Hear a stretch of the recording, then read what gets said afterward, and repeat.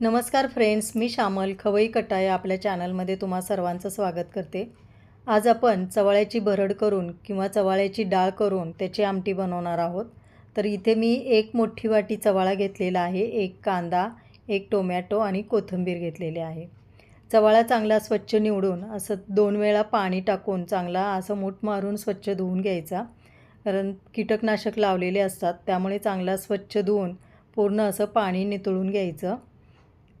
इथे आपण कांदा, टोमॅटो, कोथिंबीर चिरून घेतलेला आहे। टोमॅटो आणि कोथिंबीर धुवून चिरलेली आहे। आता आपण हा चवाळा भाजून घेणार आहोत।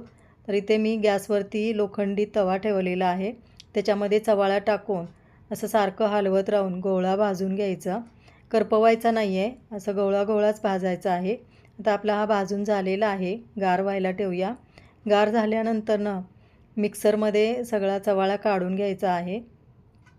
माझ्या चॅनलला सबस्क्राईब केलं नसेल तर प्लीज सबस्क्राईब करा।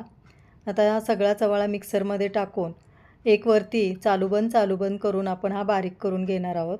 हे बघा, अशी डाळ तयार झाली पाहिजे। आता ही डाळ आपण सुपात काढून घेऊन पाखडून घेऊया।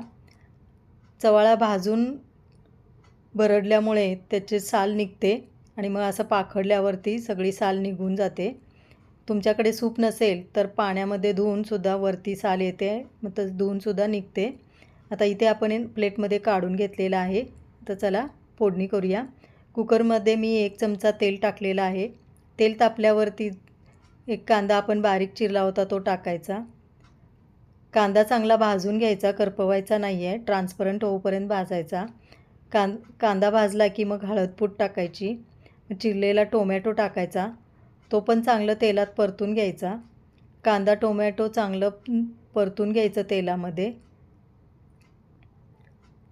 टोमॅटो कांदा भाजला की मग त्याच्यामध्ये आपण ती डाळ चवाळ्याची केली होती ती टाकायची, चांगलं तेलात परतून घ्यायचं आणि आपल्याला जसं तिखट हवं आहे त्या प्रमाणात तिखट टाकायचं। मी इथे कांदा लसूण चटणी आमची टाकलेली आहे। चवीपुरते मीठ टाकायचे। हे सगळं चांगलं मिक्स करायचं। मिक्स केल्यानंतर आपल्याला जेवढं पाणी हवं आहे तेवढं पाणी टाकायचं। शक्यतो सरसरीत करायचं, जास्त पातळ नाही करायचं आणि झाकण ठेवून 1-2 शिट्ट्या करायचं। 2 शिट्ट्यांमध्ये छान डाळ शिजते। आता आपला कुकर झालेला आहे, उघडून बघूया। बघा कशी मस्त दिसते आणि खूप छान डाळ शिजलेली आहे। आता आपण याच्यावरती कोथिंबीर बारीक चिरलेली ती टाकून घेऊया। कोथिंबीर टाकल्यानंतर चांगलं मिक्स करायचं। खूप छान वास सुगंध सुटला आहे आणि नेहमीच आपण तुरीची, मुगाची, मसूरची डाळ करतो, तर ही चवाळ्याच्या डाळीची आमटी नक्की करा। भाताबरोबर, भाकरीबरोबर खूप छान लागते। आता आपण ही भाताबरोबर खाणार आहोत। बघा कसा मस्त कलर आला आहे। नक्की ट्राय करा आणि माझ्या चॅनलला सबस्क्राईब करा।